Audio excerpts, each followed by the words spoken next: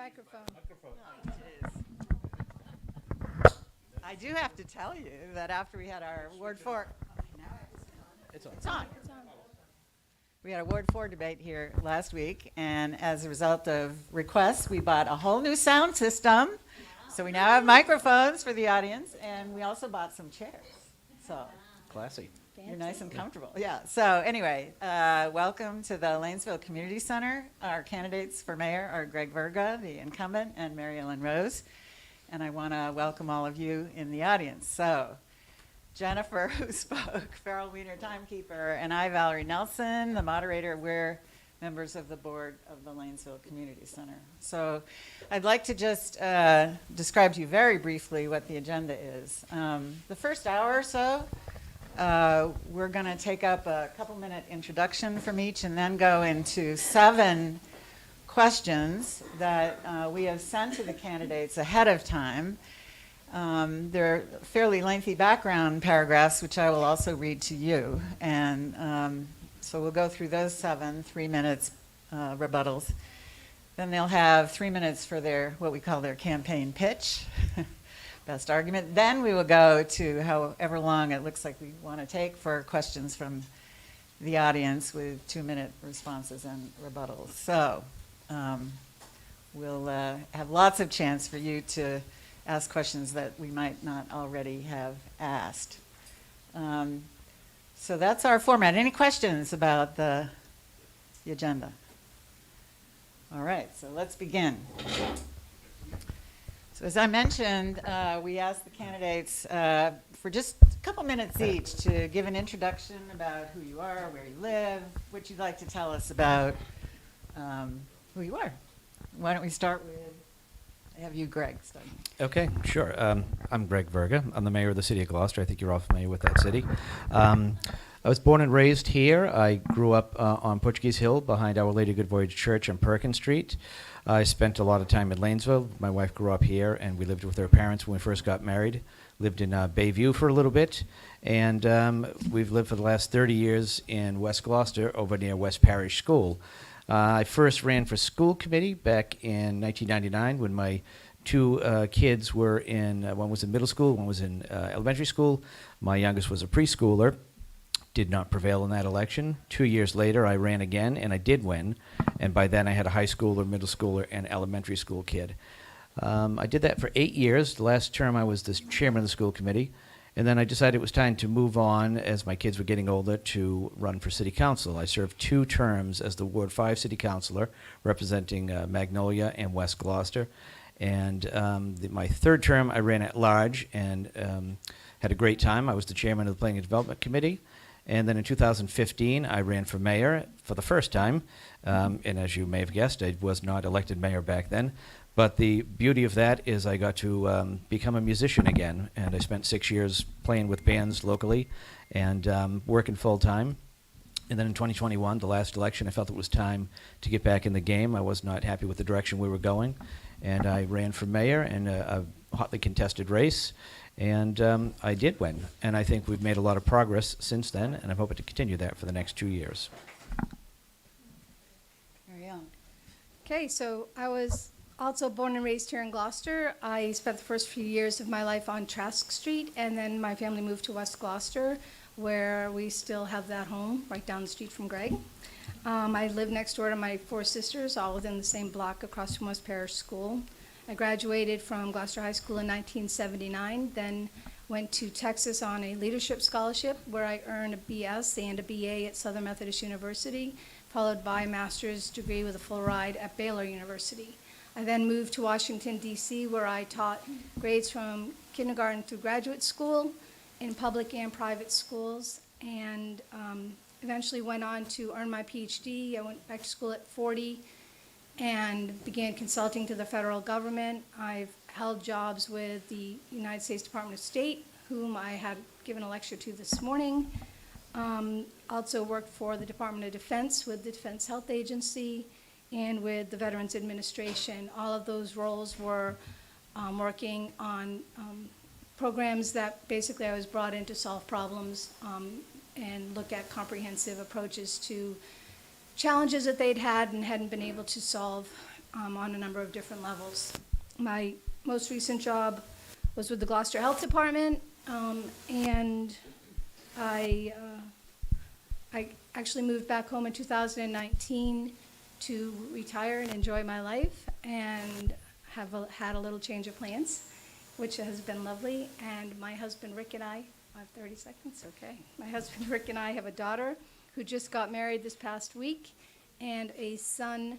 She'll be moving to England on Friday, and I have a son who serves in the United States Coast Guard as a helicopter pilot, and a daughter-in-law who's a doctor at the VA hospital in New Orleans. And I just found out on Saturday that I am going to be a grandma. So it's been a great week.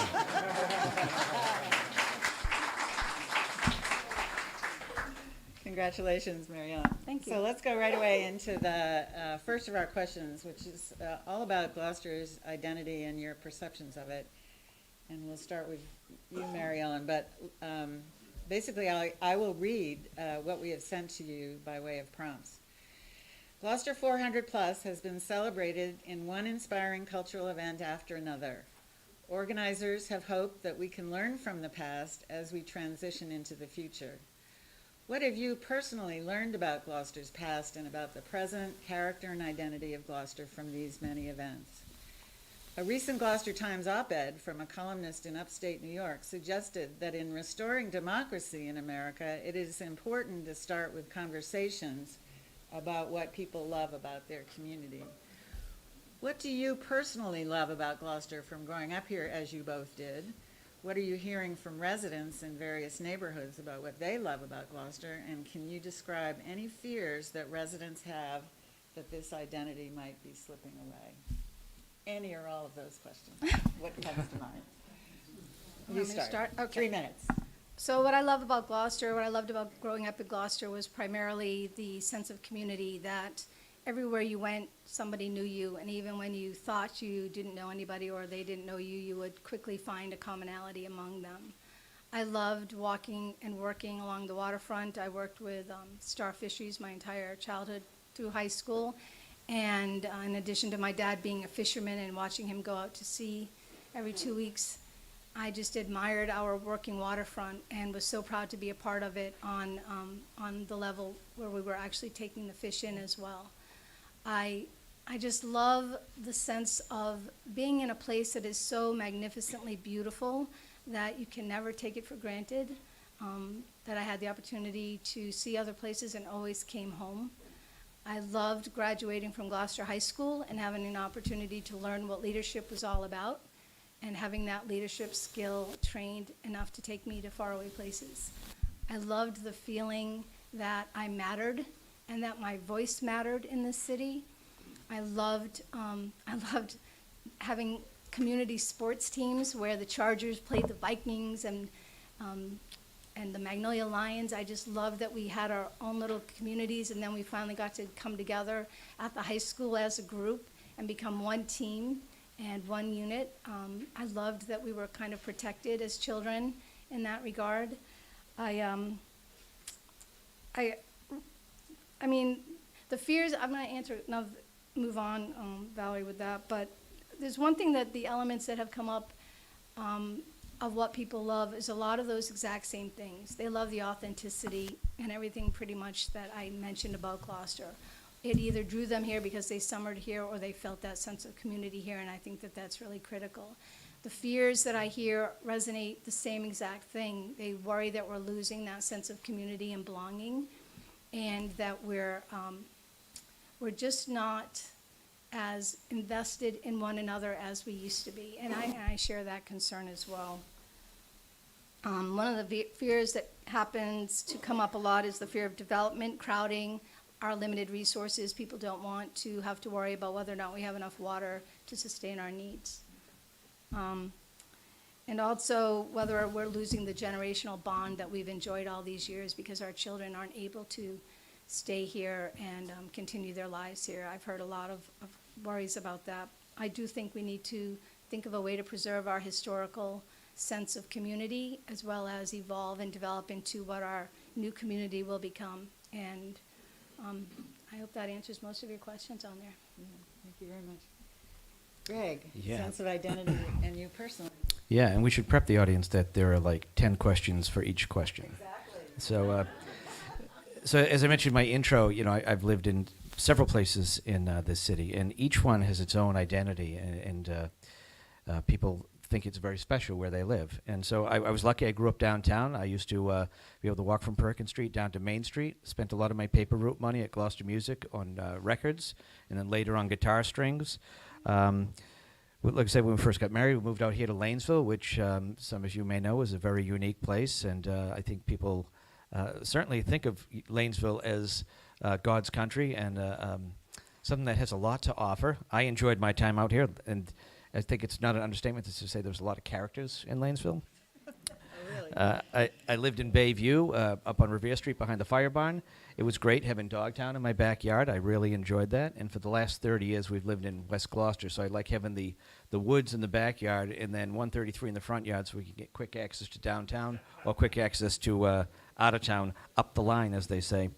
And there is, yes, certainly is some apprehension out there. A lot of it, though, is from, some misinformation that goes on out there. When people talk about development, yeah, we do have to keep an eye on it. But when people say things like, we're going to have to build on Burnham's Field, or we're going to sell Dogtown, or we're going to develop Dogtown, or we're going to sell carbon credits for Dogtown, none of that is on the table, but that gets people worked up when they hear it.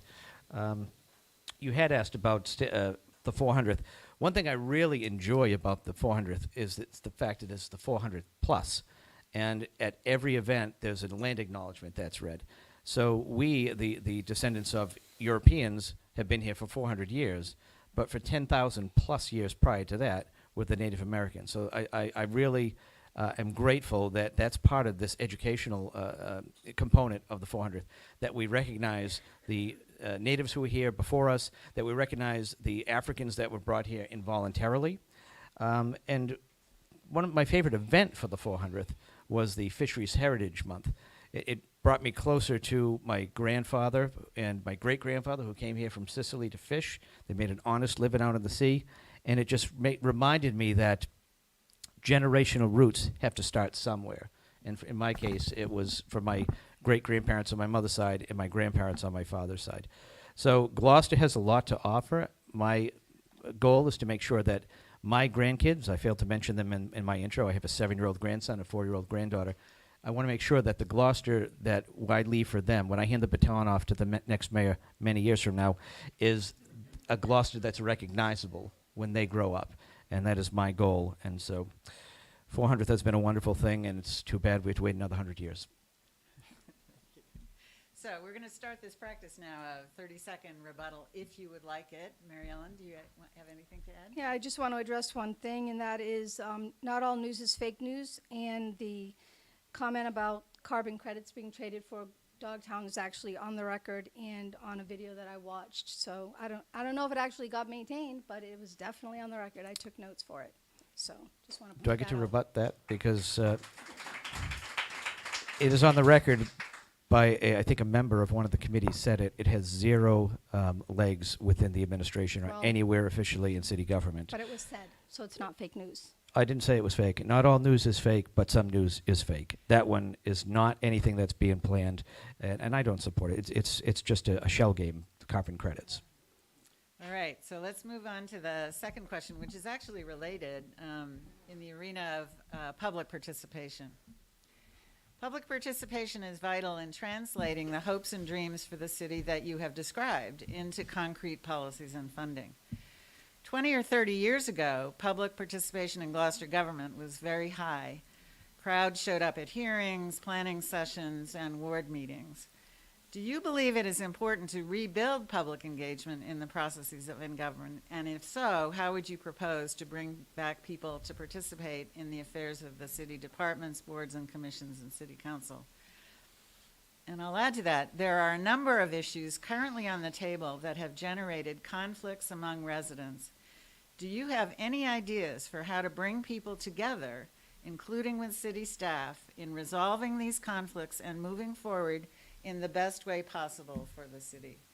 So this time we'll start with you, Greg. Sure. Well, one thing that came out of COVID, I guess you could call it a silver lining, if there are any, is we were forced into Zoom meetings, and the result of the Zoom meetings is the participation has been through the roof for, I'd say, the bulk of the meetings, whether it's the ZBA, the planning, certainly city council. One of the things I made sure that we did is we didn't, when COVID restrictions were eased, I wanted to make sure we didn't just jump back to in-person meetings and drop the Zoom meeting. And one of the confusing things that happened over the first several months of my term was people would say things like, what is the city council hiding? Why aren't they meeting in person? And then you'd get the opposite. Why are they going to think about getting rid of Zoom? What are they hiding? So I've been thinking for many months, and we're just about there, is to have full hybrid meetings. The Harbor Master's office is one facility that has been set up for hybrid meetings, and the City Council has been meeting their standing committees for many months. So it gives people the opportunity to be there in person to participate, gives them the opportunity to participate from home. The City Council recently, I think it was early September, went back in person at Kairou's Auditorium, which is now set up for full hybrid meetings. There was an article in the paper just this week about Rose Baker Senior Center. There are 3 rooms, the great room and 2 first floor conference room and another room on the second floor that are being set up for full hybrid meetings. So my goal is to have all of our city's boards and commissions in place in hybrid meetings starting in the new year. As far as connecting with the people, the staff has been reaching out. Before I got there, they began the CARP plan, the Climate Action Resilience Plan. There was a lot of outreach that went on for that one. There's going to be a lot of outreach going on for the Comprehensive Planning Initiative, the new master plan. And I'm hoping that everybody here gets involved. You're here now, so it demonstrates that you are interested and you will be involved. This master plan is going to be something that can't be based on the input of a few dozen people or even a few hundred people. It needs thousands of people, because this is going to set the course for the next decade and beyond. So there is outreach efforts going on. Could it be better? Absolutely. And that's what we are working on. And I think hybrid and the comprehensive plan are 2 examples of how we can do better, and we will do better. Thank you, Greg. Mary Ellen. Okay, so I believe that public engagement is actually central to a healthy democracy. So without it, we have no democratic government. Public engagement is one of the 4 focus areas of my campaign. I have witnessed a loss of public engagement, not for lack of trying or want, but for lack of being listened to and heard. I think that it takes an enormous amount of time and effort to follow what's going on in this government. I'm not sure when we got so large and bureaucratic and difficult to follow, but I think that that is a problem, and it could be corrected with a little bit of effort. There are several factors that are preventing people from coming forward to speak anymore. People, I think, should feel totally at ease coming to the mayor or city councilman or any person who works for this city to voice their concerns or ask questions. I'm not sure why we have such a closed-door policy in so many areas of our government, but having been part of that, I can assure you that is indeed the case. There are a lot of people who work incredibly hard for this city, and I don't think they get enough credit for what they're doing. I think credit comes from one area, and I think that hurts morale. I worked very hard with my team to boost their morale, and we were successful in that. I think that we need the ideas, perspectives, knowledge, and input of every resident in this city. I think that every single person has worth and value to what we are trying to solve, whether it be an issue, a project, or a program development idea. I think that we have funneled everything in too small of a sounding board, where it's become sort of an echo chamber where the same ideas are being heard over and over again, and the same people are processing all of the issues and addressing all of the concerns. I would like to see that broadened significantly. You don't have to really ask too many people why they don't participate anymore, or to speak up or come to work for the government. I will tell you, they say it's not worth it. They don't listen anyway. I don't want to risk the fallout from speaking against them. I don't want to be a part of that system. They treat you terribly there. Those comments come not only from the residents, but from the city workers as well. If I had a nickel for every city employee who told me, I would love to support you, but I can't do it outwardly because I would fear for my job, I would be a very wealthy person. I think that's a big problem, and it really concerns me.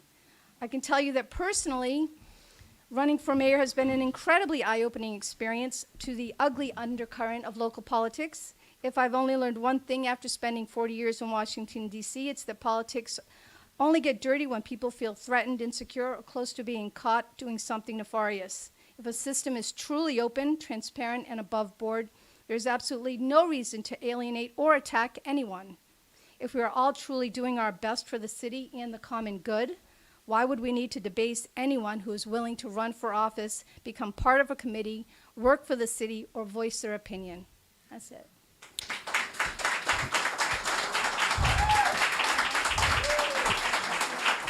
Greg, you have Yes, yeah, I would say if any part of that were 30 accurate, seconds. if any part of that were accurate, I would address it. It's complete malarkey. I'm trying to be.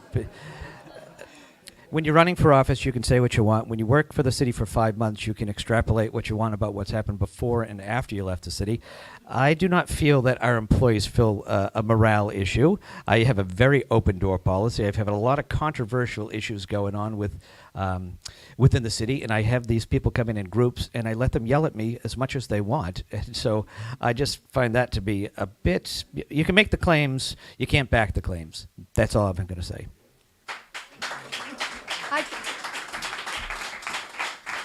Can we try to keep the applause down so we can get through this whole night? Yeah. Thank you very much. Mary Ellen, you have 30 seconds. I am I'm a little bit offended that you think I can't speak to what I actually experienced, and I'm really interested in that 5-month stint that I did. That I'd love for you to talk to it if you'd like to. I came into a department that was a mess, your words and the rest of this city's words, not mine. I improved that department, and I was summarily dismissed without explanation, but maybe that's malarkey too. Anyway, I know what I know, I saw what I saw, and it was alarming and unfortunate, and one of the reasons that I walked away for a couple months to see what on earth I was going to do with my life, but I realized that I could not just walk away in good conscience without coming back to help this city and see if I couldn't serve it the way it had served me as a child. All right, I'm thanks. sorry, I can't let that one go. We can't do this. Yes, we can. Okay. Any. Wait. I- No, wait. Hang on. If there are rules to this debate, I don't they mind need to giving be you 30 established seconds and after. followed. And that's what we were told. We'll have time for our closing I know statement. this is hard to stay on Okay. rules, but All right, so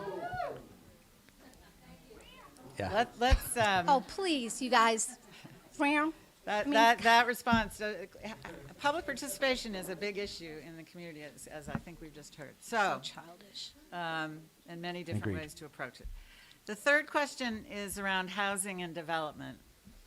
This has some multiple aspects to it that we've asked you to consider. Lack of affordable housing and overdevelopment have been identified in recent years as two of the city's most difficult challenges to address.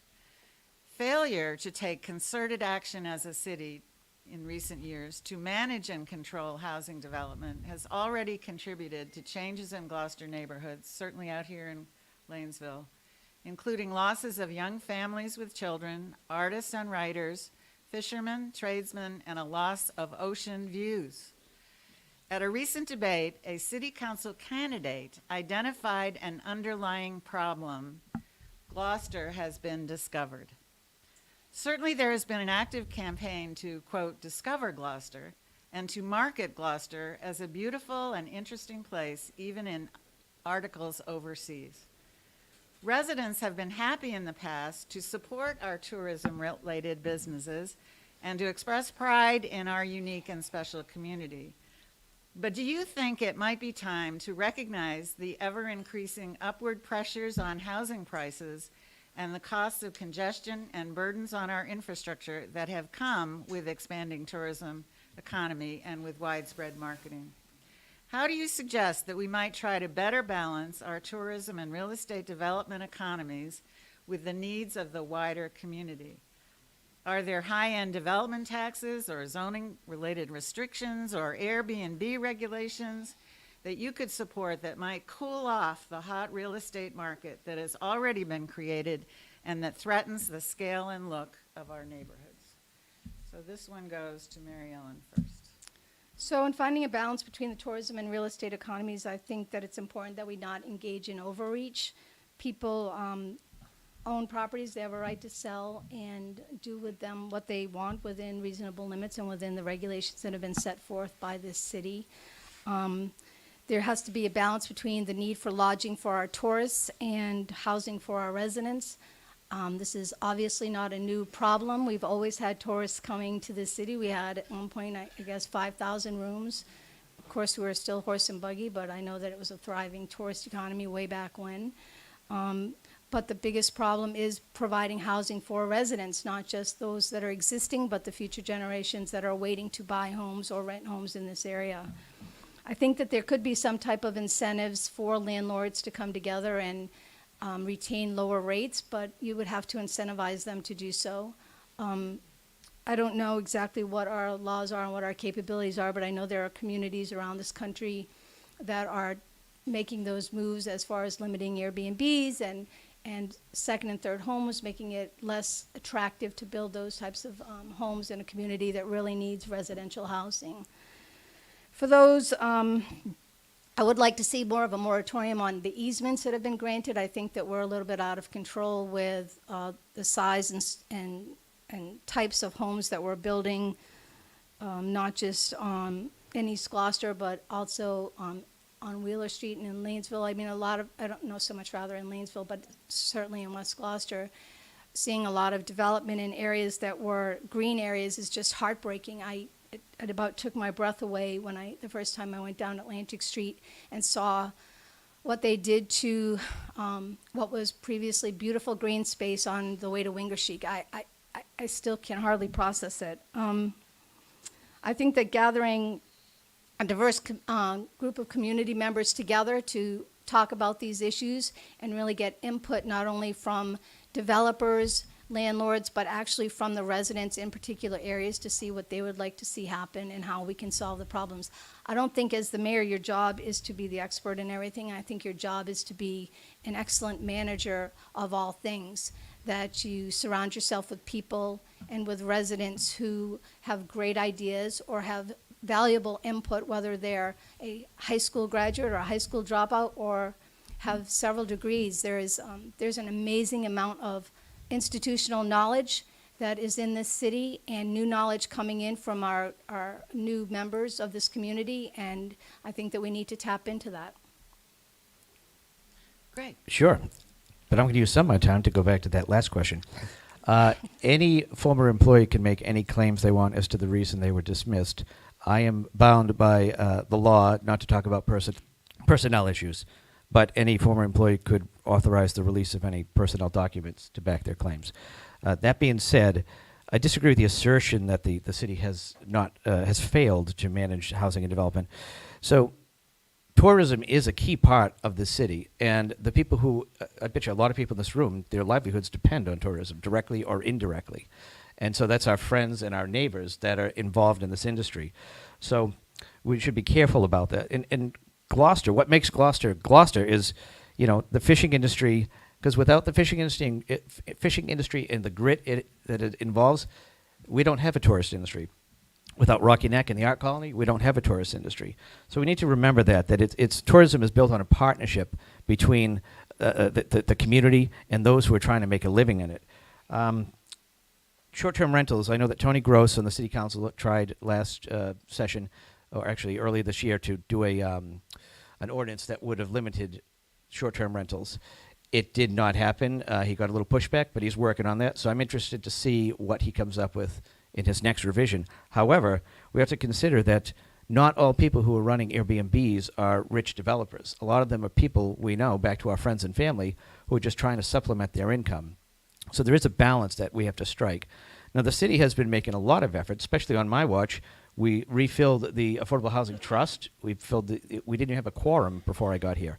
We've put members in who have a background in real estate, a background in banking, a background in affordable housing, and it's just really a group of people who are interested in trying to do things better for the city. We've also given them a source of income. They had no income to work with. We've given the short-term rental tax that I just referred to for the short-term rentals, $55,000 in year one of my term, $65,000 this current year, and $1.5 million from the ARPA relief money. So we have people in place that want to do good things, and we need to partner with organizations such as Harbor Light or Habitat for Humanity. In my run last election, I talked about using some city-owned property we could spin off for affordable housing. We've located a spot. We had a bid from Habitat for 10 affordable units, all of them, five duplexes that would fit within the area of colonials. So we're still working, and we are ready to hand out that money to organizations that want to make permanent deed-restricted housing here in Gloucester. Mary Ellen, 30 seconds. Sure, I just want to point out that one of the things that I am not in favor of is ceding our property to other organizations. City-owned property is our assets, and we need to hang on to them. Also, to clarify the record, Greg, if you're going to call me out on something, you should at least call me out directly. My personnel record has, from the beginning, been open and available for anyone who has seen it or wants to see it. I have happily given it to them, the entire record. So happy to do so and continue to do so. Should you want a copy, just feel free to write. Greg, rebuttal on the housing and development? Sure. When we had our debate yesterday, Mayoral was talking about city-owned land, that we, the city, should be building and managing rentals and not having a partner organization do it. The city is a lousy landlord. We are not builders. We are not landlords. That's why we have partners that do it. If we provide land or funding and they have the expertise to create affordable rentals or affordable sales, that's what we should be doing. The key is to have the deed restriction so that we don't have somebody 20 years down the road selling it at market rates. All right, thank you. So the next question is kind of related to development and open spaces and the status of our ecosystems here. Studies this year have revealed the degraded conditions of our beautiful and widely appreciated ecosystems. Our degraded upland dogtown forests, our downtown trees and green spaces, our Annisquam River marshes, and our beaches, which are suffering from invasive species, overdevelopment and polluted runoff, and more flooding and intense storms. Fortunately, there are measures we could take to restore ecosystem health and the many benefits they provide, but all require significant engagement by city staff and board members, nonprofits, and the public. Can you describe your own personal attachments and concerns for some of these natural ecosystems in Gloucester? Would you prioritize working with the community on nature-based projects, given that there are many other demands on city budgets? And are there some key places where you would start in our natural systems here? So this goes to Greg first. Yeah, as I mentioned earlier, having Dogtown in my backyard, I mean, that's a great place and one place we need to protect. That's why some of the things that were talked about earlier that are not true will not happen on my watch. One of the big things that I've put my focus on is clean water, and that is, we've talked, many of us, over the last 22 months about the secondary sewer treatment plant. Again, not an exciting or sexy issue, but we all have to flush, and we have a mandate breathing down our neck from the United States government. That if anybody was at the mayor's forum a few weeks back, all the mayors from Bill Squillis to Sfathia talked about the things they inherited and the things that were kicked down the road while they were there. Bill Squillis had to deal with closing the landfill. He had 90 days to do it. Bruce Toby had to deal with extending the sewer all the way out here. I think it ended at the hospital prior to him being mayor. John Bell, he had to deal with a horrible economy. Carolyn Kirk had to deal with the failed water treatment system. And then Sfathia had to deal with COVID. But the one thing that they all had that they were able to push down the road was upgrading to a secondary sewer treatment plant, which now falls upon me. You know, I wish I had the opportunity to hand it off to another mayor, but that would not be appropriate. If we had tackled it years ago when I was on the council, we were talking about an $80 million project. It's significantly higher. So the federal government wants us to do that, and we are going to do that. It'll clean up our waterways, and that'll make us in better standing with the U.S. government, and it just helps our capacity for our business. It is economic development. Businesses that use a lot of water are limited because of our primary treatment plant. So that's where my focus has been and where it's going to be for the next several months, getting this project up and running.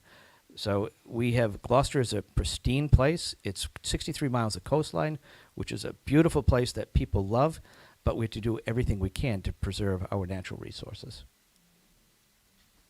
Mary Ellen. Okay, well, I live on Little River. I grew up on Little River and still live on it now, so that is very much in my wheelhouse of interests. I love being outside, and it is a priority for me to make sure that our green space is preserved, protected, and, if possible, expanded. Ipswich has addressed one of the problems that we're suffering from on the Little River, which is invasive species attacking our marshland. They've had funding to do that, and while Gloucester for as long as I can remember, instead of protecting our marshland, has decided to build on it or allow it to fall into the ocean, which is a real unfortunate situation. I think that we forget that we are a very unique geographical formation here, that we have beautiful blue oceans and white sand beaches, that there are other places in this country that would just love to have what we have. And instead of taking good care of it, we give it away for greed or gain for things that are not to the benefit of this city or its residents. We've allowed all kinds of development into areas that should never have been allowed, and I think that's a real loss for the city. One thing I do not plan to do is give away any more city land or to allow it to be exploited by interests or other organizations that do not directly impact our residents here. I think that any development needs to be thoughtfully planned out, not just for today, but for tomorrow as well. And again, preserving and protecting our green space and recreational areas for the health and fitness of our current existing population as well as our future generation. I have watched us lose field after field of recreation areas. Half of the softball fields that I played on as a child no longer exist. So it's hard to deny the fact that we are losing recreation areas. We don't take care of our playgrounds and our beaches. I mean, the creek was one of my responsibilities as the Department of Health, and while we had a report, we spent plenty of money to go ahead and have that creek looked at. The results were inconclusive, which I was not even allowed to reveal until it went also through the filter of our city hall. I think that for a community that expresses such deep concern about our climate and our environment, the fact that we're building buildings completely of glass that do not seem to me to be environmentally sustainable. We have them all over the place, and I don't know how we're going to hold the heat in them, but I guess that's one lesson that we'll learn. I would like to see us learn how to shut off the lights in West Parish School since they've been burning 24/7 since it's been built. I think that some of the easy solutions to our waste of energy and exploitation of our city land and power and resources is just take care of what we have and honor what we've been given by past ancestral generations. That's it. Thank you. Greg? Yep. There have been 0 fields lost since I've been mayor. Since I have been mayor, there have been 0 fields lost. Mados Field was a done deal before I became mayor. Can I just please, as a matter of your guests in our home here in Lanesville, I think we're starting to applaud spending too much on these kinds of comments. And I would, So thank you. Can we just please hold on the applause maybe till their campaign pitch Yes. and not react so that it disrupts the flow of the conversation. Let's all listen. I would challenge anybody to give me a list from January 1st, 2022 of a field that's been lost. In fact, we will be gaining fields as a result of the raising, R-A-Z-I-N-G, of East Gloucester School. I fought to save Fuller School when I was on the city council, okay? And as far as the creek goes, that's going to take a lot longer than this. I do have an email that I sent to you on September 2nd, 2022, saying I need the full report so I can send it to the city council. And in the beginning, basically made it sound like you were saying we're taking bribes, that these decisions are not being made by people who are looking to line their pockets. The volunteers and the elected officials are not making money off of these decisions. So I think we should be a little careful about that. Mary Ellen, 30 seconds. I'm not sure what the email that you're talking about, but as soon as I got the report on the creek, I invited the city council members and professionals beyond the consultants to review it as a group so that we would all hear the report together and that it wouldn't have to go through filtered personnel that didn't really know what on earth it said, including myself and the mayor's office. So, I mean, I'm sure you have the record, so I'd be happy to share it, but I can tell you that when I was asked, after I shared that email asking for city council participation, I was immediately disciplined for doing so and told that I had no right to do that. So. All right, thank you. So Yeah. that's enough. So the fifth question shifting from natural systems over into the monetary economy, economic development. While Gloucester's core historic economy has been based in the fishing industry, the boats, the shoreside processing, and the servicing of the industry, in recent years, the city has seen a diversification into manufacturing in the industrial parks, a bit of ocean science on the waterfront, and as mentioned above, a tourism economy. Much income also comes from retirees on Social Security and pensions. Current trends suggest we'll become more and more of a bedroom community, as residents have for years described as in Nantucket or Newport, Rhode Island. What kind of an economy would you like to see be developed in Gloucester and that you believe residents would support and benefit from over the next 10 to 15 years? Are there policies and investments that you would propose that could support local businesses with relatively high wages for all segments of our population? What kinds of new businesses would you seek to attract? Can you provide some specific examples? So this one starts with Mary Ellen, economic development. Okay. Okay. So the type of economy I'd like to see developed in Gloucester is one that is realistic and sustainable. We have spent hundreds of thousands, if not millions of dollars on plans for what we'd love to see in Gloucester. Those plans have sat on shelves and never come to fruition, primarily because we simply don't have the infrastructure to support it. We can plan all day long and bring in consultants all day long, but until we improve our infrastructure, over which we don't have total control, first and foremost our power. National Grid has already improved its system and has no intention of doing so further for the next 10 years. So any intent to bring in large energy sucking economic boom to this city is going to have to take that into consideration. I don't know if I'm the only one who has a problem with technology with my signal in this city, but you're not going to attract high-tech industry to the city until we can correct that. While cell towers are not the most attractive thing in the world, you do have to address them. We're going to need energy somehow. I'm not in favor of filling our fields with solar panels, since we can't even maintain the 6 solar panels that are in the annex over on Pond Road. They have been sitting there unused and unfunctional for over a year.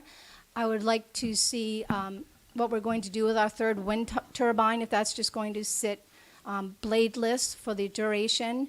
I do not want to see wind turbines off of the coast of Massachusetts. They are still being tested and tried. The fact that every single wind turbine uses a city block full of base when it's planted on the sea floor, and the impact that that will have on our marine life is yet to be determined. And those that are floating and are held by anchors that go straight to the sea, I find incredibly obnoxious, considering the federal government's practically tried to shut down the main fishing and lobster industry because of lines that go from their lobster traps up to the buoy. So, I mean, there's a lot of hypocrisy in the world when it comes to energy and potential, but there are good energy sources out there, and I'd love to see them investigated. Again, I am not an expert in that. I just know that what I want to see for our city must be realistic, and to bring in programs and economies that we have neither the parking, the energy, the infrastructure, the street size, or the roads for. It just seems irresponsible. There's a blue economy out there that the state keeps telling us is great and is thriving, and I am looking forward to looking at it and bringing it to the city if indeed we can. Greg. Sure. First of all, the turbine is not owned by the city of Gloucester. The other two actually aren't owned. We have an energy sharing agreement on that one. I do not believe that the solar panels at the annex are owned by the city either. The EDIC is working on a study to present to National Grid to sort of make our case that we do have a shortage of power. At the old MAC site in Manchester, Cell Signaling is trying to do an expansion. They have enough juice to go to the first phase, which is 100 employees. They want to do another 200 employees, but they can't do that until they have more power. So I've been working with our partners, the town managers in the surrounding towns, and we've had Zoom meetings with Senator Tarr, and we are trying to figure out a strategy to go after National Grid. They are the multinational, the nationwide powerhouse, so we don't really have a whole lot of sway, but facts are going to help us get where we need to go with them. We need a diversified economy. It goes back to, we talked about tourism earlier. This is no new thing, tourism. This actually was our forefathers in 1923 at the 300th anniversary about how they could diversify away from the fishing industry. And that's when they created Stacy Boulevard to bring people in as the visitor-based economy. We do have 2 industrial parks. They are pretty much full. That's why we have an EDIC working very hard to see what they can do for expansion. But it can't just be, we don't have the resources, the infrastructure, et cetera, so let's just not try. We need to work on it, i.e. we're working on the sewer plant. We need to work on power, which is out of our control, but we're trying what we can do to convince the power suppliers to come our way. Cell towers, that's a hot button issue. We had one approved in West Gloucester before I left the city council. After I left, I found out there was a lawsuit that put the kibosh on that one. So they aren't attractive, but everybody these days has a cell phone. So we need to find ways to convince people that it is a benefit to all of us for safety, for communications, to have more cell towers in reasonable areas that don't look like an eyesore. We have a lot to offer here, and our economy can benefit from it. I mean, our beautiful coastline, our beaches, our natural resources, that's what attracts people here who want to live, and it's can attract businesses here as well. We have a very busy community development department, an economic development director, and we are constantly out there trying to bring new businesses. In particular, the biotech. Whenever there's meetings in Boston to try to pull them to Gloucester, we have somebody at the table doing a little shoving to get them our way. 30 seconds, Mary Ellen? Yeah, I just can't help but wonder, since we have an incredibly busy economic development department and community development department, why our businesses are struggling in this city and why we haven't brought new industry to this city. We have an enormous amount of talent in the city around the fishing industry with global needs that could absolutely be tapped into. And we just need the direction and the leadership to go ahead and find those and bring them together. There are plenty of partnerships just waiting to be had. There are venture capitalists and incubation potential all over the place, and why we haven't tapped into it till this point, or why we haven't tapped into it at all yet, is beyond me. Greg? We are tapping, and I've been here 22 months, and that's what we are working for, because I realized that the Gloucester of today is not going to be the same Gloucester it is tomorrow, and we have to make sure that we are agile and can make the incremental change so that when my grandson and granddaughter are my age, they have a vibrant, thriving community that they can still live and work in. Okay, thank you. So now we'll segue to one of the core parts of our city in terms of particularly the economy, the downtown and the waterfront. Many planning discussions center around the future of the downtown and the harbor, and conflicts have arisen over potential MBTA zoning requirements, gentrification pressures, and how to balance tourism with a working waterfront and fishing industry.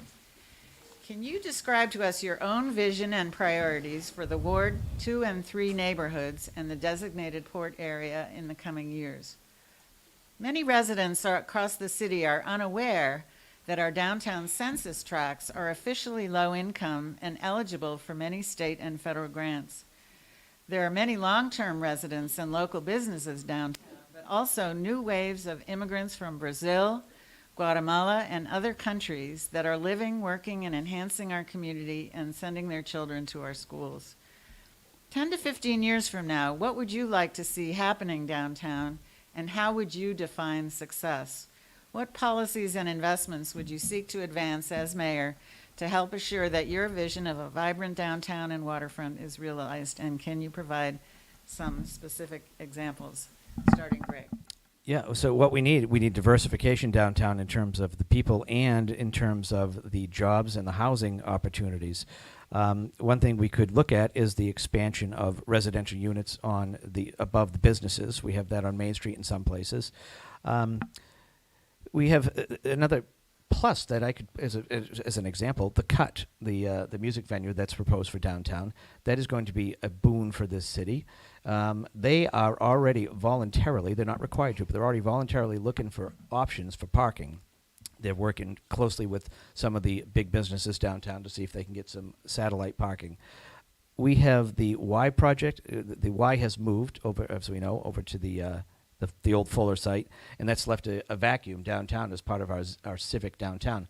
But we have the new library that's in the works. We have the renovations that are going to be happening to City Hall. We have the museum, the Cape Ann Museum, which just completed a successful Hopper exhibit. That is going to be the civic hub that's going to bring people in for the next 15 or 20 years and beyond. A perennial issue is parking. We have undertaken a parking study. The results should be in any day. I don't think there's going to be any surprises there. But we have to look at what we have for parking, what changes we could make, maybe with traffic flows, one-way streets here and there that could add a little more parking. But it's going to be creative thinking. The thinking of things will get better on their own is just a pretty poor strategy. So in my 22 months that I've been in office, we have been focused on quite a bit, things we inherited, the day-to-day craziness, and also trying to make some incremental changes with new initiatives. And that's what we're going to keep doing as we move forward for the next 24 months. Thank you, Greg. Mary Ellen. Yeah, I love that confidence. So I do believe the bulk of our economic potential is located in wards 2 and 3. And while it would be lovely for me to sit here and tell you what we should plan for ward 2 and 3, I think that it is actually most important to find out what the residents of wards 2 and 3 would like to see happen in their community area. Again, overlooking what the people who live and work in that area without bringing them into the table to discuss those issues just seems unfair. With regard to our census tracts, Valerie being low income and eligible for many state and federal grants, I do think that we can pursue grants as long as they actually benefit the community that exists here in Gloucester. I would like to see us ease off on grants that demand through compliance that we not target Gloucester as our first and foremost priority for housing and other development. I think that the voice of the residents is primarily the most important voice in the city as we move forward in bringing larger industry to the city.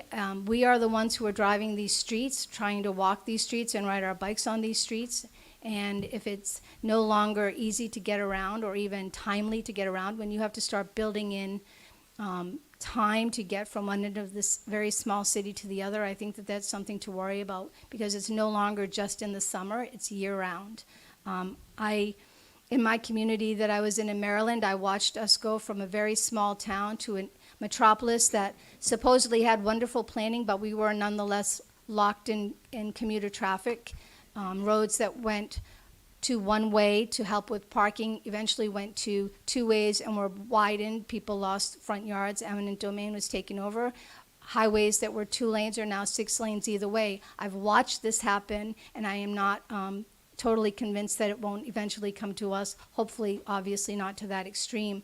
But the slow creep of development will reduce the quality of life in this city that we have enjoyed, and I think that we should be very hesitant about the kind of progress that we bring to the city. That is not to say we don't have progress. We obviously need to have progress. I'm just thinking that we need thoughtful, regulated progress that is realistic and sustainable given our limited resources and our limited land base here in Gloucester. Greg, 30 seconds. No, I guess I would just clarify too that the voices obviously have to be part of the conversation. That's why the Comprehensive Planning Initiative, I'm going to keep falling back on that one, is a big thing because that goes across all disciplines, whether it's the schools, whether it's the roadways, the infrastructure, and just the quality of life in our city. So again, be prepared to join in that conversation. It's an important one for us over the next year or so. Mary Ellen? Yeah, and I just want to state once again that I am strongly against the MBTA zoning requirements and will continue to look for information that will support our community's limitations with regard to capacity and capabilities for services, first and foremost, safety management for our city and our infrastructure. I am absolutely not in favor of what we're being mandated to do. So this is our 7th and last question, and it segues a bit from the downtown population and the schools. Gloucester schools, Residents are somewhat aware of the current challenges in our schools, including declining enrollments because young families can't afford our housing, relatively low scores on statewide tests, and the mental health stresses experienced by our children. While the school committee and administration have the primary responsibilities for our schools, nevertheless, the mayor sits on the school committee and can propose to cap the overall school budget. Can you describe to us your approach to what makes for a good educational system and what improvements or changes you would like to see? And I would add, on behalf of the Lanesville community, of particular importance to Ward 4 residents, various city officials have started publicly to speak about a plan for consolidation of the Plum Cove and Beaman schools. Given how exemplary the Plum Cove School is, with a strong academic performance of students and a beautiful setting in the woods, what are your views on consolidation? And can you articulate the reasons for or against closing of a neighborhood school?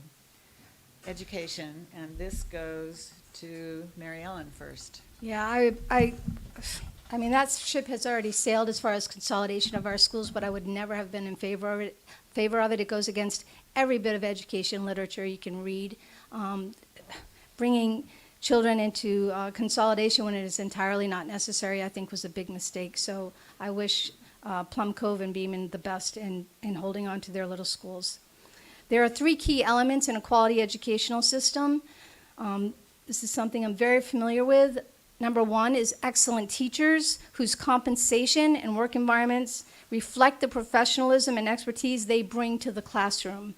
That includes our paraprofessionals, working side by side with the teachers. Teachers that feel respected, supported, and appreciated, perform better and stay longer, and do a better job than those that don't. If we're going to retain and attract excellent teachers and have good classrooms, we need to treat our teachers better. Also, to students, we need to figure out what will motivate our kids to learn. We need to ensure that their educational environment offers them opportunities to grow their intellect and challenge their capabilities and capacity for excellence. We need to expect success from them, and we need to encourage them to expect nothing but success from themselves. Parents. A quality educational system includes the parents are included in the learning process. We need parents who are involved in their kids' education, both inside the classroom and outside of the classroom. Parents who feel supported by the teachers and the administration are welcome in the educational process, I believe, are key. We need parents who are willing to pitch in when needed, support when asked, and sacrifice when necessary. What improvements or changes would I make? Or what I'd like to see? I'd like to see fresh faces on the school committee, and then keep that thread going. I think that there needs to be a constant rotation of people that are providing the leadership for our schools and our children. I'd like to see our education-focused money be spent on teachers, students, and resources, as in learning tools that they need to excel in the classroom. I would like to see less opportunities for bureaucracy in buildings being spent using our money. I'd like to see leadership that pays as much attention to the intellectual development of our children as they do to the social, emotional development of our children. I think that would be a nice change of pace again. I'd like to see children allowed to be just children, and I'd like to see teachers who are allowed to teach in the classroom to the maximum capacity and knowledge and capability that they have. I would like to see the paraprofessionals earn at least a minimum, a living wage at minimum, so that they could continue to support the teachers and students in the classrooms across our system. Thank you, Greg. Well, as I said, I started out my career in public office on the school committee. I spent 8 years doing that, and I'm dedicated to our school system. You mentioned, Valerie, that the mayor has the ability to cap the overall school budget. I don't know why any mayor would even consider doing that. And as a matter of fact, this year, I pumped in an additional $2.7 million into our school budget, which was by far the largest single increase ever in Gloucester Public Schools. My grandson, I mentioned earlier, my grandson is a first grader over at West Parish. My granddaughter will be in kindergarten there next year. I have a vested interest in the quality of our schools for the next 13 years or so. And my younger daughter would like to have kids too, so maybe even longer. I was at the East Vets ribbon cutting just last week, and what I saw there was the benefits of bringing together two diverse groups of communities like East Gloucester and the vet school. And I'm proud of what they've done over there. It's a great school. It was controversial. I acknowledged that in my comments. It was a very controversial project. There was a lawsuit. It went to the highest court in the state, and it failed. And now it's time to move on. And one of the concerns was traffic, which apparently did not turn out to be as disastrous as people had thought it would be. The school was built on time and on budget. So there are a lot of good things that are happening in our schools. I mean, the horror story we just heard is kind of, a bit concerning that that's the view, but I've invested personally through the school budget in the vocational program. That's the thing that's going to provide jobs for people getting out of school, making a good wage if they choose not to go to college. We've funded through a grant, because grants can be very good, the vocational director last school year. This year, we were so felt it was such an important role that it is funded through the general fund. And as a result of that, we now have the ability to add a fifth program to the vocational program, which is medical assisting. That is the job of today and tomorrow. So we have a lot that is going on in our schools, a lot of good things. I think that the teachers are obviously the key to our school, as are the paras, and I believe that they all deserve a wage that they can live with. But we have to live within the school budget and what we have to work with. I think we can get there, but it's going to take a little time. So we need to consider that the school building project, the new school, the vet school, East Vets, we're just starting to get reimbursed by the state through the Mass School Building Assistance. The pipeline for that is many years off before we could start even thinking about the next school consolidation or next school renovation. But we have to keep all things on the table because that's the appropriate thing to do to run a responsible government. Mary Ellen? Thank you for 30 seconds? Thank you, one person. Yeah, so our enrollment has declined, and our population of childbearing age and bringing school-age children to the city continues to decline, but yet we're giving more and more money to the school, so I'm trying to understand the thinking behind that system.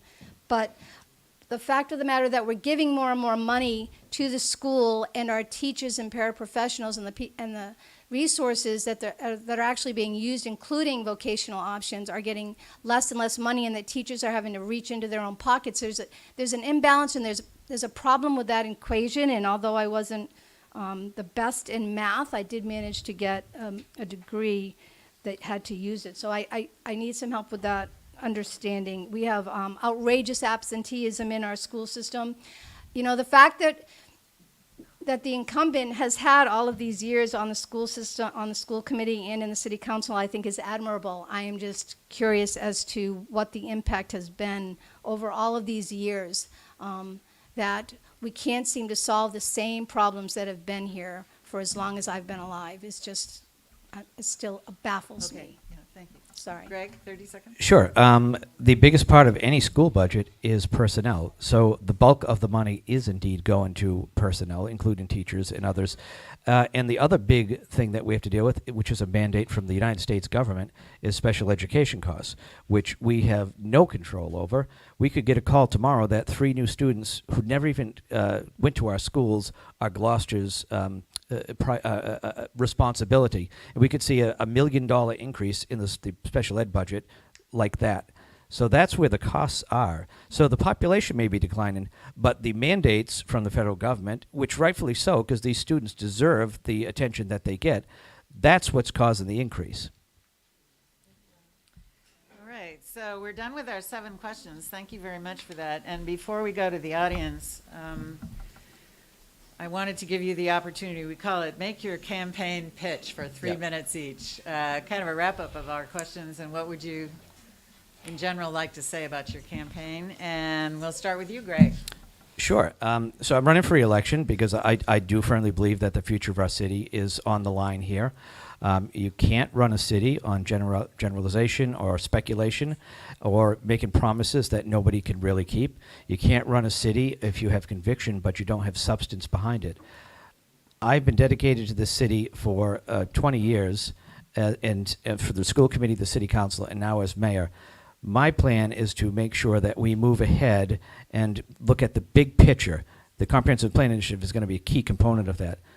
Like any mayor, I came in and inherited a lot of issues, and I took ownership of those issues, whether it was complete in the field at Green Street Park, whether it was complete in the project at the Magnolia Pier, and dealing with the incoming craziness of an exploding manhole cover on Dale Ave, or a 20-inch water main break on Western Avenue, or whether it was the forest fire, or a wind turbine blade falling, or ultimately a fire at City Hall. But we also pushed ahead with initiatives. Let's see, what's some of them? We spent $3 million of ARPA money on road repair throughout this city. We put in a beach reservation system that unquestionably eliminated beach traffic gridlock.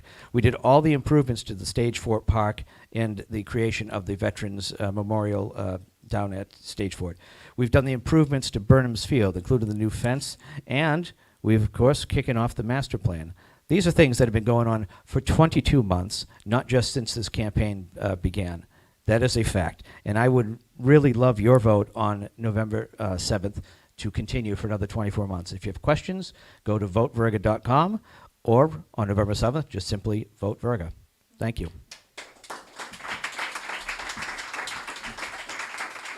Thank you, Greg. Mary Ellen, 3-minute campaign pitch. Okay, this campaign has been a whirlwind of listening to and learning from the residents of this city. I still have much to learn, but as mayor, I don't believe you should be an expert in everything. I am far from a generalist, and I understand that I have a big learning curve, but I've had far larger learning curves in the federal government and have done just fine. Rather than being a quality manager of all things, I think that it's important to be humble enough to surround oneself with trustworthy, bright, positive, hardworking people and not be intimidated by them or their honesty. I have seen the best of people here in our community and unfortunately been the target of some pretty ugly rumors and comments. Although this is disappointing, it is not discouraging. As a matter of fact, I find it sad and desperate. Yesterday, my best friend in Maryland lost her young nephew in a tragic car accident. The ups and downs of this past week have blessed me with regaining my perspective about what is most important. While this election is significant to the city of Gloucester and to me as a resident of this city, it does not define me as a person.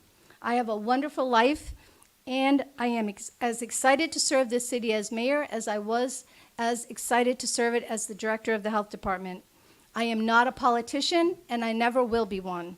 If that is what you are looking for, I'm not your candidate. What I am is a person who wants to give her best to a city who gave it her best, who gave me its best during my most formative years. That's it.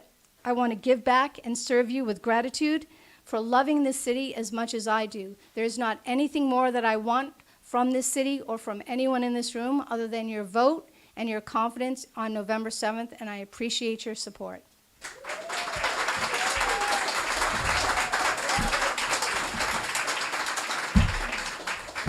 Thank you both very much for Thank you. about an hour. So now we'd like to invite some questions from the audience, and I will call on you if you raise your hand.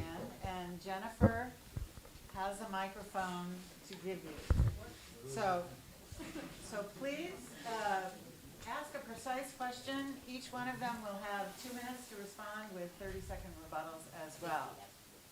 Anyone like to start with a question?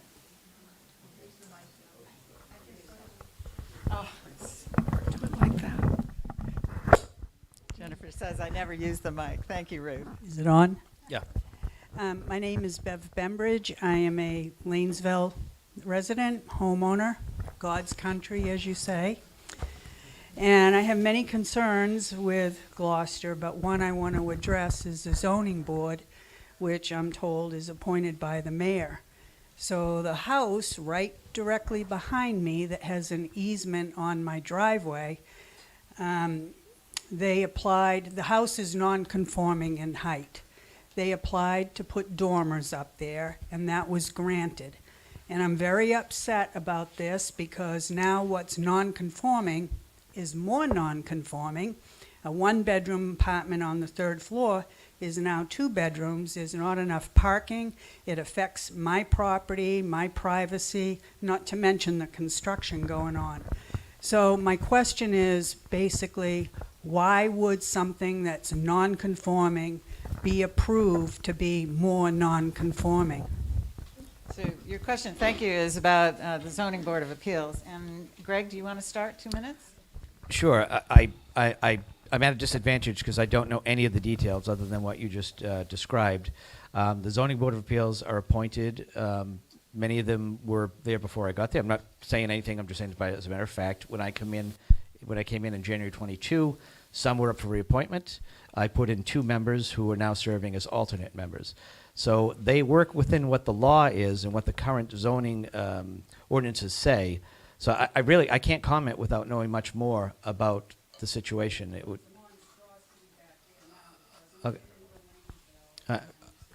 I have to take your word for it because if All right, you want to call my office, we can talk more. But Mary Ellen, Zoning Board of Appeals, and Yeah, I'm so sorry you're experiencing that, and I wish I could say that you're the only person that has raised a concern of that matter. Another resident on Middle Street is concerned with the same thing, an easement that was reduced from, I guess, what is 15 feet to 8 inches. So, this is not something that is easily dealt with, and there are a lot of conflicts of interest on our boards and commissions. Why we don't ask for those to be revealed before people are appointed, or while they are appointed, that they be recused from voting is beyond me.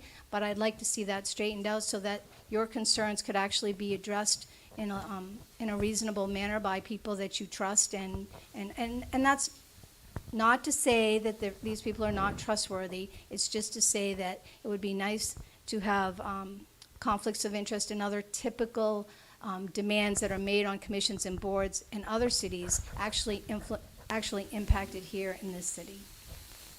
Greg, 30 seconds. I cannot comment. I don't know anything about this particular project. I do know that another board has a potential conflict, and our city attorney got involved and recommended they recuse themselves. The members of the boards and commissions can go to the state ethics and run it by them, and they have the final say on whether or not they can participate. There's obviously disclosures that have to be made if they choose to participate. Yeah, I would just love to see our city attorney work for the people of the city as well as for the administration. All right. Any other questions? Hi, my name is Mary Ann Boucher. I spent many months asking questions to our Board of Health in regards to the Good Harbor Beach Creek. Watching 200 children from California getting off a bus and wading through the creek with the levels that exceeded historic levels of E. coli. And I immediately got on board and contacted the Board of Health and spent months going back and forth with them. They finally put $120,000 into investing into a consultant to find the problem. I have yet to hear where the problem has stemmed from. I'm concerned about the marsh. I'm concerned about the ecosystem. I'm concerned about human life. I'm concerned about our children. I'm concerned about the tourism.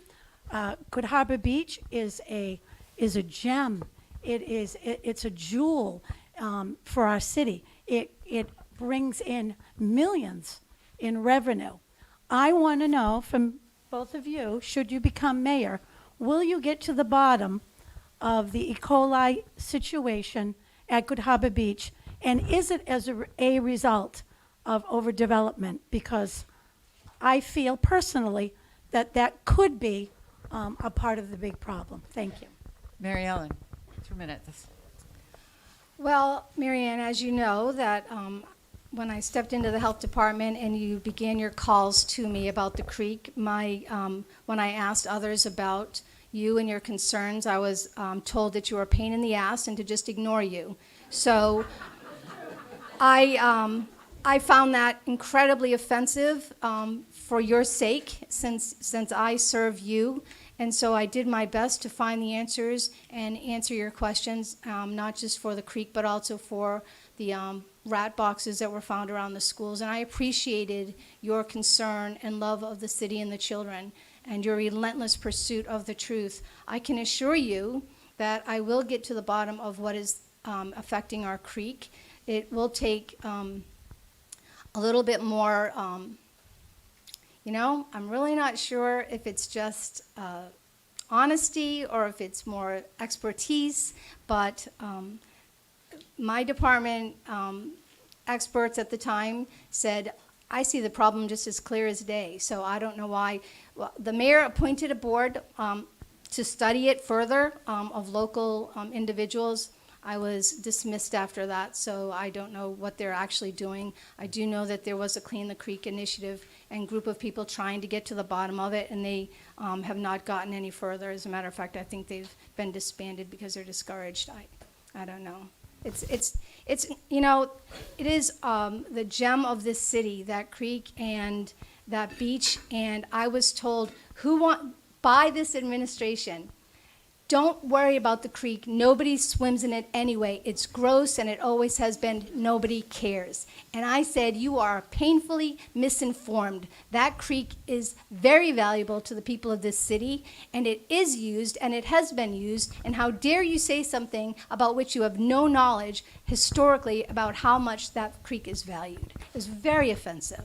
But maybe I'm making that up. Maybe you are. Yeah, maybe. I don't believe those words ever left my lips. I'm not. I the, didn't say they were yours. I am I not said the your mayor from administration. Jaws, trying to ignore a shark out in the water. The creek. The fact is, we had the high numbers. I don't know if it was right before it became, or whenever the heck it was. And we closed the beach for the summer because we had this roller coaster of open, close, open, close. This summer, there was regular testing by the health department, which is required by the state for bathing beaches during the season. And we had, I think, one day that it was actually closed for high numbers. This DPW, meanwhile, has since that original report has been going way up at Stocknock and checking the estuaries, everywhere upstream to find the cause.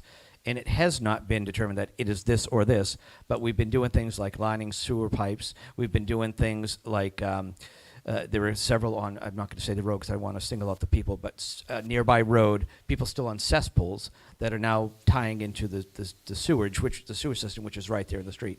So the efforts continue. The numbers do not lie. It has been open, and it is safe to swim in. If the numbers spike, we will close it again. But we are still looking for that smoking gun. And as I said, they've put cameras down there to look for issues. They've seen infiltration of roots and things like that. And we're replacing sections as needed. We're lining sections as needed. And we're going to continue till we get to the bottom of it. Will we know the result if we find it? Yes, as I said, I'm not the mayor from Jaws. I've got nothing to hide. What's in it for me? Do I want people getting sick? I mean, come on. I care about the city as much as anybody else. And my grandkids go there too. So. Mary Ellen, 30 seconds. The only thing that I can say is that any attempts to discredit me, I welcome. And my word is my word, and I stand by every bit of it. I worked very hard to understand that creek situation and brought in experts wherever I could. And what I did learn was that the city misunderstood why and how it should be closed and for the length of time. And when I let them know this creek should be opened, we should be testing it so that we can reopen it for swimming, again, I was told, just leave it closed. It's a pain. I don't want to deal with it. Don't worry about it. Greg? Not quite accurate. The deal was we wanted to avoid the roller coaster. We want to make sure when we open it, it is safe to open. We can't have it open and then, as you know, the testing is done one day, the results come another day, so you might have a failure here for a test that was here, but it's actually still clean. So we were playing it safe, probably too safe that first year, but the testing has been very good, and we only had one closure this past beach season. Another question. Dick, wait for the microphone, please.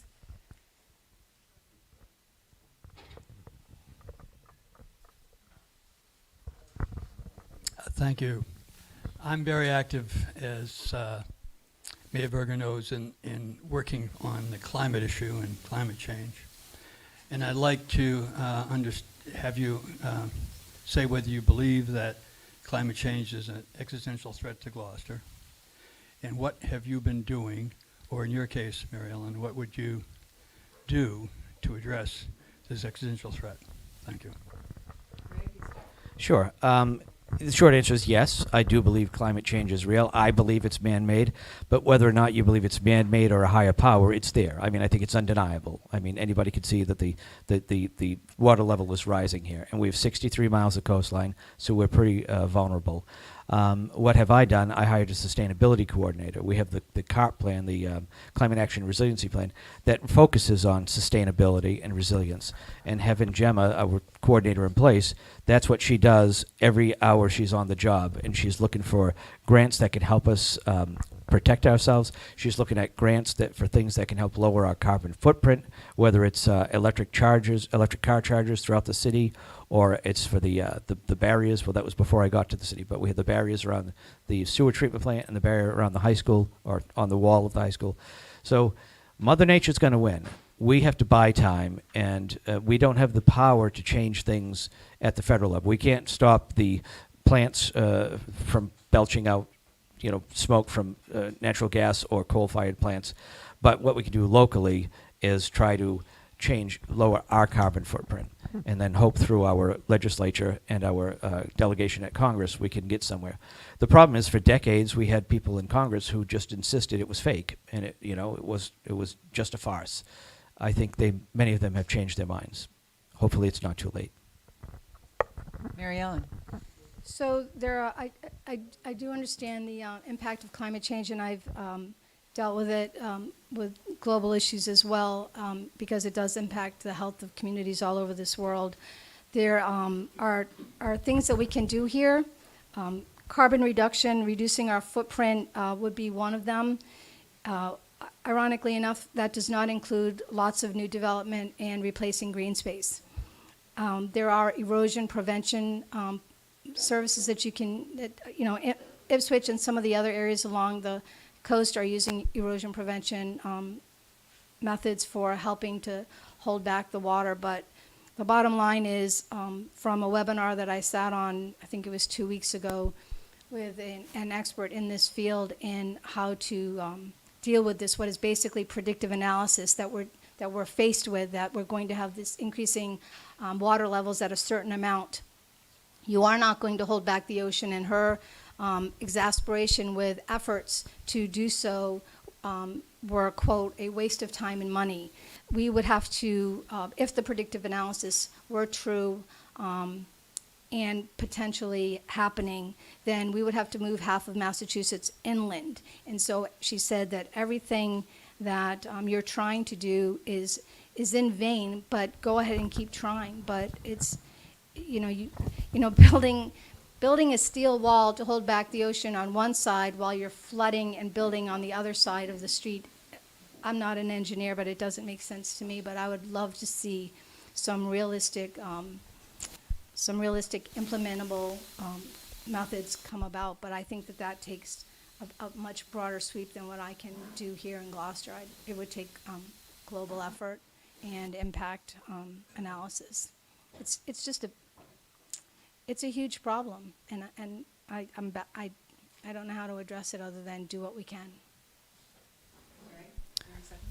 No, I agree. We are doing what we can. This is a global issue. It's going to take the UN. It's going to take developing countries like China and India to change their ways, but the city council can't really pass a resolution to make that happen. So we can do what we can locally. Mary Ellen, just a few seconds more. Yeah, I did have, I can't find it. I did have some information on climate change that, should that come up, I'd love to share it with you after this. I'll give it to you. That's it. Thank you. Thank you. Another question from the audience. Thank you. With respect to low-income housing around the MBTA, if we chose not to meet the state's requirements, what would be the repercussions, and how would we move forward from that? Mary Ellen, you start. Well, it's a stick method instead of a carrot method, so we will have repercussions. Supposedly, some have already been handed out, although I've yet to hear the names of those specific cities in the actual, or actually, I think you said them yesterday, but everything needs to be checked, and I haven't had a moment to do that. We could lose our opportunities to apply for certain grants, that's for sure, and we would have to, if we didn't get those grants, we would have to tighten our belts and see what we can do without them.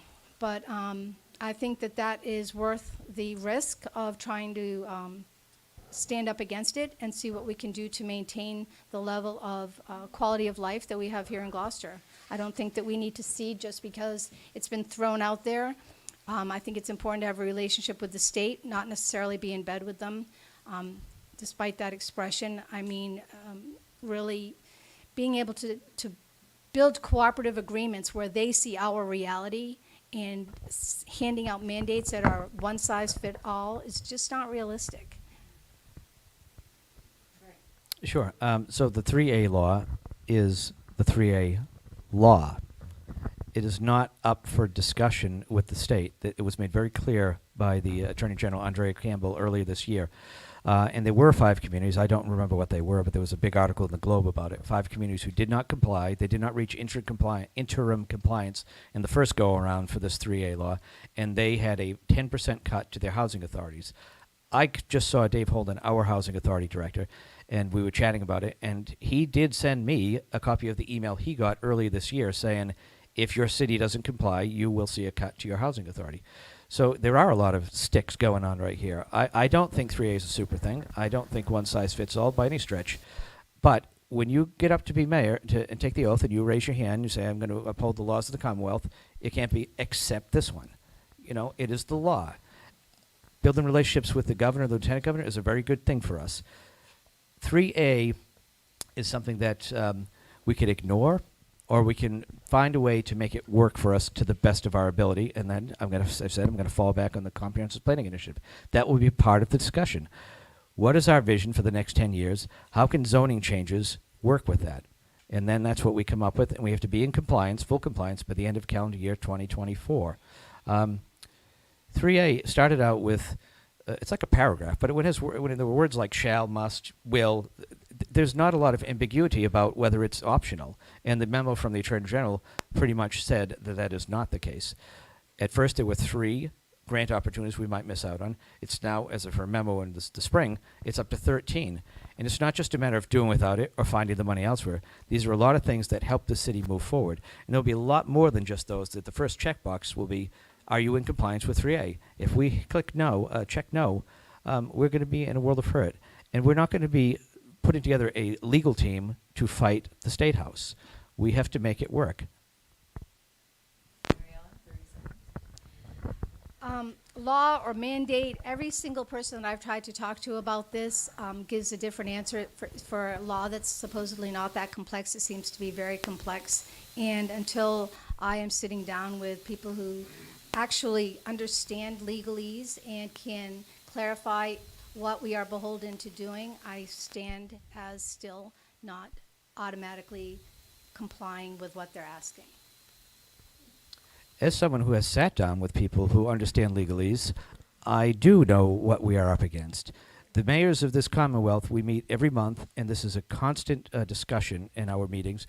Last month, we had the governor of the Commonwealth, Maura Healey, at our meeting in Everett, and I asked her directly about this. I says, Governor, you need to do better messaging on this. There's still confusion within our communities about whether or not this is optional. And I said, and it would be great if we had more carrots and a lot less sticks. So I have done the sit down with the people who know what they're talking about. Facebook is not the place to get the 3A information. It's through people who actually know what they're talking about. Try to keep that in mind. Another question from the floor? Hi, my name is Jason Groh. I'm not a Lanesvillian, so I appreciate your indulgence. Let's set aside the issue of consequences. Can each of you, in simple terms, explain to this audience your understanding of what 3A requires of communities? No. You're starting? Am I? Okay. Basically, it is a mandate to zone. It is not a mandate to build. It's that simple. The numbers are actually, is this the one? The numbers are, if we were to build out every new unit that's now allowable because of the zoning, it would, this is correct, be 2,270 units. That is a fact. I'm not disputing that. But it is not a mandate to build. When people say things like the state's going to make us build on Burnham's Field to make this happen, that is a myth.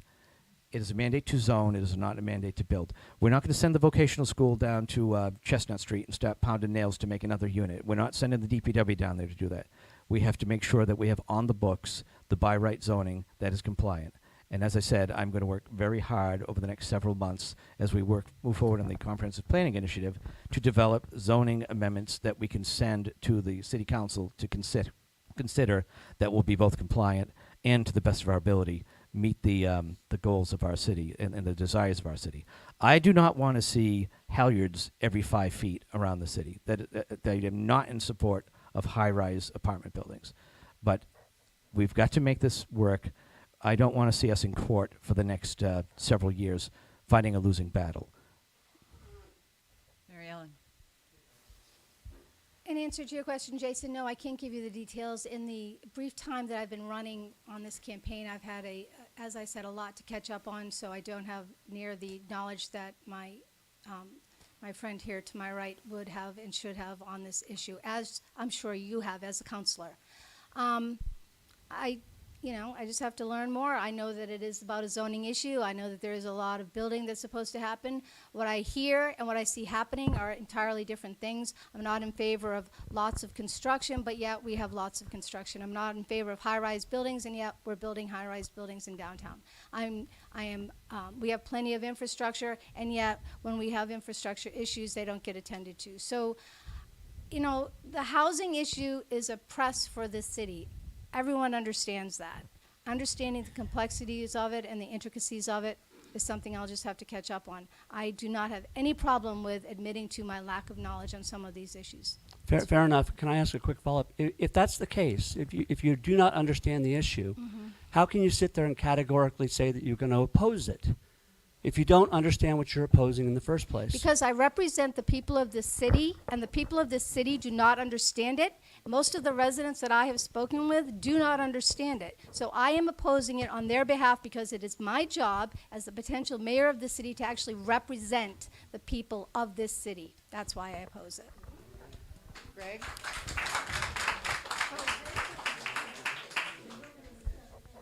30 seconds? Yes. I represent the people of the city, all the people of the city, and the job of the mayor is to learn the details and to do what is the right thing for the best interest of the majority, the most good for the most people over the most time. That's been my mantra since day one, and that's what I'll continue to do. Mary Ellen, just finish up. No, I have nothing more to say about All that. right. Any other question? Yes. Wait for your. Oh, I'm sorry. Did you have a? Give her your microphone. Were you ahead of? No. Okay. This is really directed to Mary Ellen anyway, and I think you're next. So you're very open and candid about not knowing necessarily all the ins and outs Yes, ma'am. of issues. What's realistic, or how can you what will you share? How long do you expect to take to get up and running and make decisions that actually improve the life of Gloucester citizens? How long do you have? You don't have very long at all. I remember when I was actually interviewing for the director of health department job, and Greg was talking about how we still had a lot of positions they were trying to fill, and making up for a lot of honesty issues that they were struggling with from beforehand, or aggressive issues or bullying, whatever. I remember thinking, well, tick-tock, you don't have a lot of time as a two-year term, so I'm surprised that some of these things aren't taken. I am very well aware that it's a very short timeline, but as my resume will show, I'm an incredibly quick study, and I don't think it'll be a problem. I imagine if I could turn a department around in 4 months from a non-functioning, lack of morale department that was horribly behind in its obligations to the city and the residents that were trying to get things done, I think that I can do it the same with the city. Even though it's larger and more complex, I've done better with the federal government. I think I can do it for Gloucester. Greg, any thoughts on the learning curve? No, there's absolutely a learning curve. You don't know how to be mayor until you've been mayor. I mean, so even though I had 8 years of the school committee and 6 years on the council, it was a different animal altogether. But I would think I was much more prepared than others may have been when they came into office. So I'm very confident that we got up and running very fast, and I say we because it takes a team to do it. And we have hit our stride. We hit our stride early last year, and we are ready to move forward for the next 24 months. Why don't we see if there's another question? Did you have one, Tracy? Yes, thank you. I have a couple of questions. I want to make sure that it's true that the state cannot change our zoning laws, only the city can change our zoning laws. Is that correct? The state has a lot more power than you think. But They the have- state cannot change our the- zoning laws. That's correct, right? By a vote of the legislature, they can do whatever they want. This is a mandate that is ironclad. So you can say that they can't change our zoning laws, but they certainly can make us do it ourselves. And they can't say, here's your new law, and do it. They are letting us give a little leeway on what we're going to put forward. But there are certain conditions that we have to meet to be compliant with 3A. So I'm not a that- fan of 3A. Let me just be very blunt to you and the folks out there. I'm not a fan, but I'm a fan of abiding by the law as I held my hand up in January in 2022 and plan to do in 2024 to uphold the laws of the Commonwealth. So if the state can force us to force the city council to change the zoning laws, right? That's what you're saying. I'm saying that they are telling us, here's what you have to do to be in compliance, and they have a lot of arrows in their pouch there to make us Right. be But- sorry that we didn't do it. Right, but they cannot change our zoning laws, right? Right. In a nutshell, they can't say, here's your new law, put it on the books. So, right, so that's a good thing. So, sorry, I've kind of lost my train of thought. But If that does that's not true, mean we do. And is it also true that the state changed the state law at the state level so that the state council only needs a minimum, a simple majority to pass zoning laws instead of a supermajority? So do Yes. people know that, right? The state changed the state law so that we only need a simple majority as opposed to a supermajority. That's So correct. I do have a They did do question, that. though, for Go ahead. both of you. Regarding the comprehensive planning initiative, Yep. would you be in favor of ward councilors having neighborhood meetings? Absolutely. If I've been saying all along, there's going to be 9 ambassadors for this process.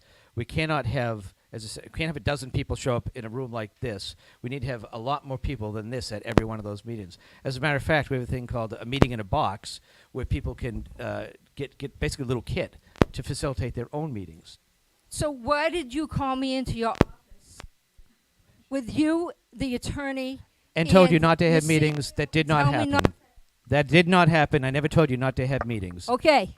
All right, thank you.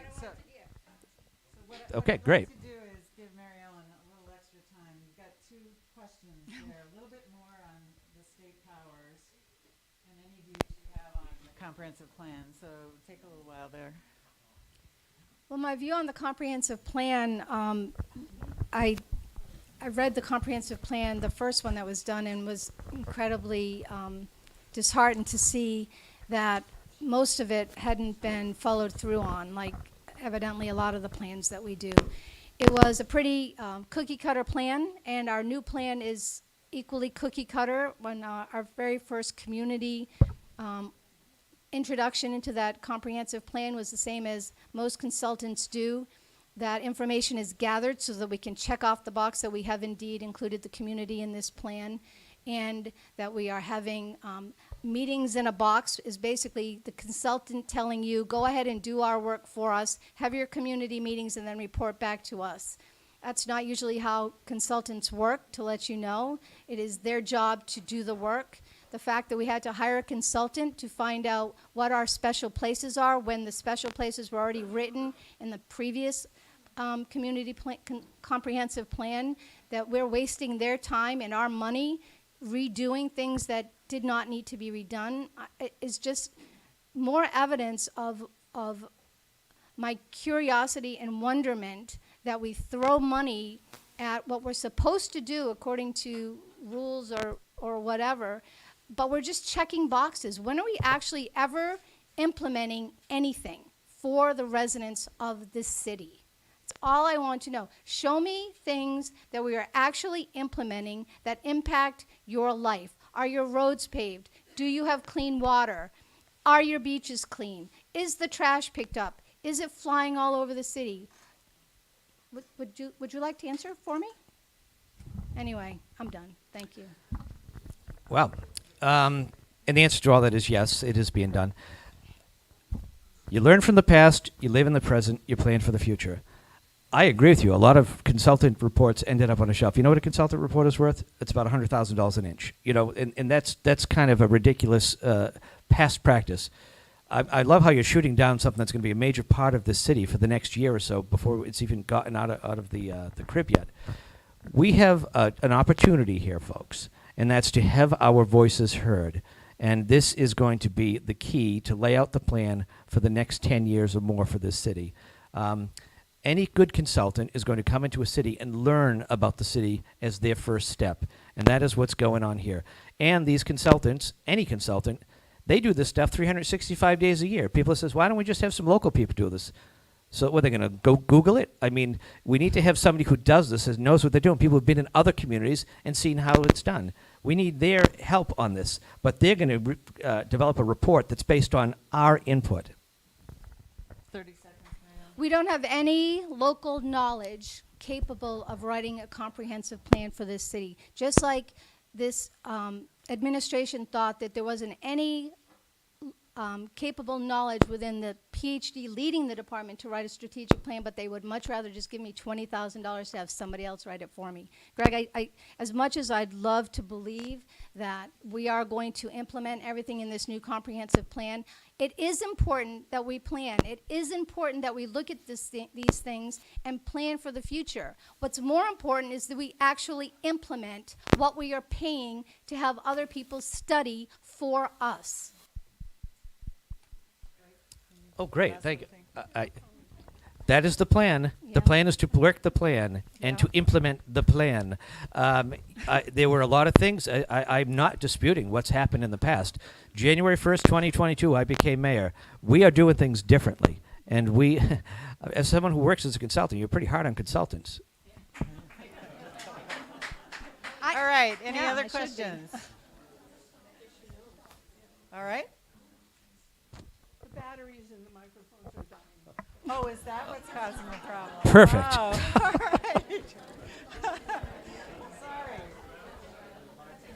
Okay, well, we've taken up quite a bit of time. Thank you so much. So I would like to give one last opportunity to each of you to just a little bit of a wrap up if you'd like to. We've talked about a lot. Anything more you want to wrap up with? And then we're done. And thank you. No, we already did our pitch before the question and answer, but just a reminder, in case you weren't aware, there's an election coming up on November 7th. So I hope you go home and rewind this. It should be up on 1623 in the next day or so. I'm looking for a cameraman to give me a thumbs up on that. There'll be other opportunities. We did a debate yesterday that's on the air, so to speak. We have a chamber debate coming up next week sometime. So you'll have an opportunity to really see us head-to-head and draw the distinctions. And I hope that in the end you agree that another 2 years without another learning curve, we're ready to go.